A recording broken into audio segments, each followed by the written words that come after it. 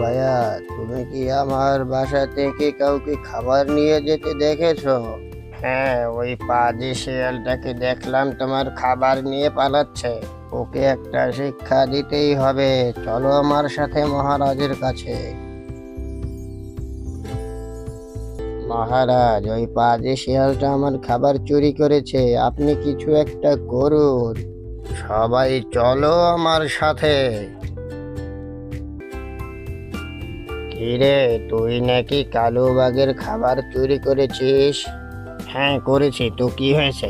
আমার যা ইচ্ছা হবে তাই করব, আমি কাউকে ভয় পাই না। কি বললি?